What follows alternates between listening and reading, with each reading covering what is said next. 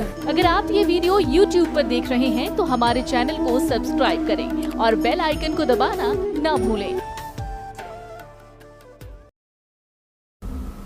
परमात्मा को पाना बहुत आसान है, सतलोक में जाना बहुत आसान है, लेकिन काल भगवान ने जो हमारे ऊपर ये अननेसेसरी बोझ लाद रखा है, जैसे 56 प्रकार की पूजाएं, नाना प्रकार की रीति रिवाजें जिनका कोई औचित्य नहीं, हम बेमतलब अपना समय व्यर्थ करते थे। जैसे होली मनाते हैं, दिवाली मनाते हैं, अब इसमें के फंड शुरू कर दिया, बम भटकावेंगे, कितना प्रदूषण हो जाता है। किसी की आँख में डाला, आँख फूट गई, किसी के कपड़े जल गए, किसी के खेतों में पूड़ियाँ जल गई, किसी का घर में आग लग गई, और प्रदूषण निरा, और सारी रात बड़ा है बड़ कोई मरीज है, बीमार है, उसने वो परेशानी रहे। ये कोई खुशी का तरीका है?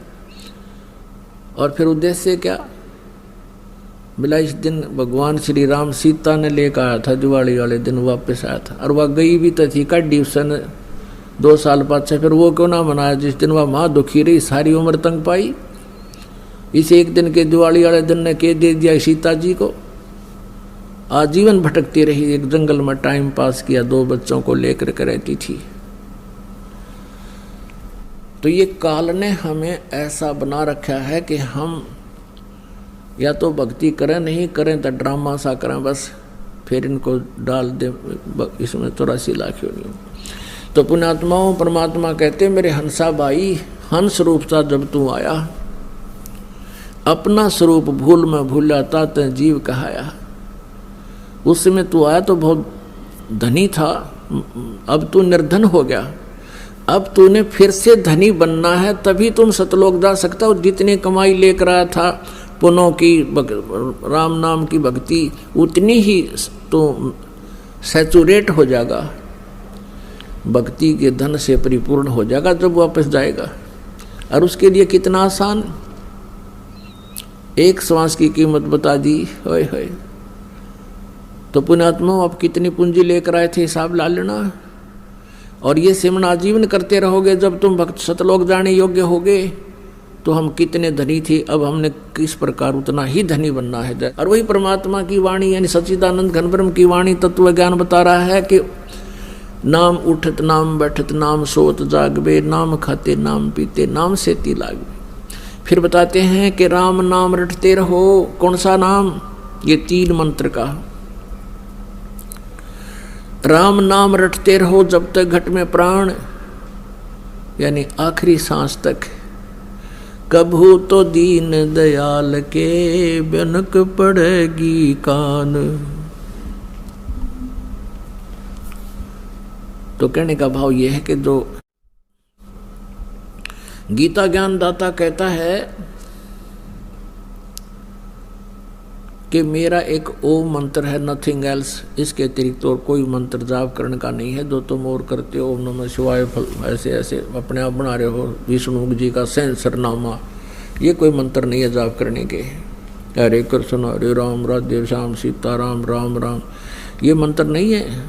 जब हम गीता जी को एक सत्शास्त्र मानते हैं तो उसका अनुसरण भी करना चाहिए हमने, अन्यथा हम शास्त्र विधि त्याग का मनमाना आचरण कर रहे हैं। तो हम ऐसे गलती करते रहे, हमें पता ही नहीं था, इसका विकल्प नहीं था। अब विकल्प है हमारे पास, परमात्मा ने बता दिया। अपनी पूंजी को व्यर्थ नहीं करना, किसी को आशीर्वाद नहीं देना, नहीं तो आप की पूंजी खत्म हो जाएगी।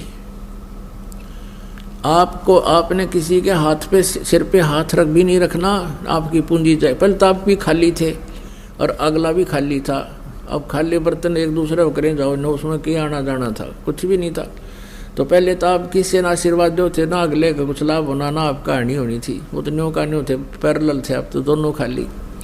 तो अब आपने अपने टायर में, अपने पहिए में हवा भरनी शुरू कर दी, पंप दे दिया आपको दास ने। अब आप हवा भर रहे हो पंप से, और आपने अपने दूसरे मित्र की गाड़ी में अपने टायर से पाइप ला कर उसका टायर में डाल दिया, ना वो चालन तो गा रहा ना आप कर रहा, यानी आप भी खाली कर लिया पहिया। तो उसका प्रोसीजर ये है कि आप जी उसको भी पंप ही दिलवाओ कि इससे अपना हाथ से अपने प्रयत्न करके आप भी अपना भक्ति की ये जो हवा भरो, सिमरन करो। तो ऐसे आप जी ने अपनी भक्ति को बचा के रखना। जैसे माता गर्भ को रखे यत्न बनाए, ठेस लगे तो छन होवे तेरी ऐसे भक्ति जावे। जैसे किसी बहन को, माता को गर्भ रहा हो, अब वो ही जानती है उस गर्भ को कैसे सुरक्षित रखना होता है। धीरे धीरे चलती है, कहीं ऊंचे नीचे में पैर झटका लग जाए, मेरा गर्भ ना गिर जा।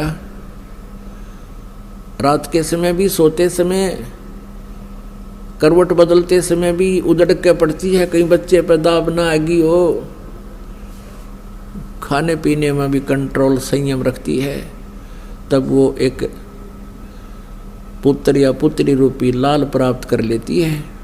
ठीक इसी प्रकार पुण्यात्मा आप जी ने अपनी भक्ति को ऐसे संभाल के रखना है, जैसे माता गर्भ को रखे यत्न बनाए और ठेस लगे तो क्षण हो जा, क्षीण हो जा। ऐसे भक्ति नसाए, ऐसे भक्ति नष्ट होती है आपकी। तो आप जी ने मर्यादा में रहना है, मर्यादा को तोड़ना नहीं है। इस प्रकार हम परमात्मा पाएंगे और सतलोक चले जाएंगे।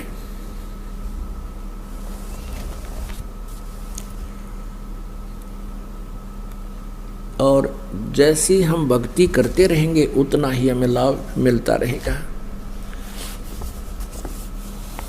अब परमात्मा ने एक हमें ज्ञान दिया है, यदि हम गलत कार्य करेंगे उसका फल हमारा गलत होगा, परिणाम बहुत भयंकर होंगे। और यदि हम परमात्मा की भक्ति करेंगे तो हमें बहुत लाभ होगा, परमात्मा का प्रोटेक्शन मिलेगा। क्या बताते हैं, मन तू पावेगा अपना किया रे, भोगेगा अपना किया रे। मन तू पावेगा अपना किया रे, भोगेगा अपना किया रे। अब यहाँ का विधान है प्रभु का कि जैसे तू कर्म करेगा वैसा ही फल मिलेगा। तो हम कर्म ही क्यों ना चेंज कर ले, हम उन कर्मों में ही परिवर्तन करेंगे। जैसे हम शराब पीते हैं, मांस खाते हैं या तम्बाकू प्रयोग करते हैं, तो उसका परिणाम हमने भोगना पड़ेगा, वो सितम जुल्म हमने भोगने पड़ेंगे। तो हम अपने कर्मों में ही परिवर्तन करें और फिर सत प्रयत्न करें, फिर देखें।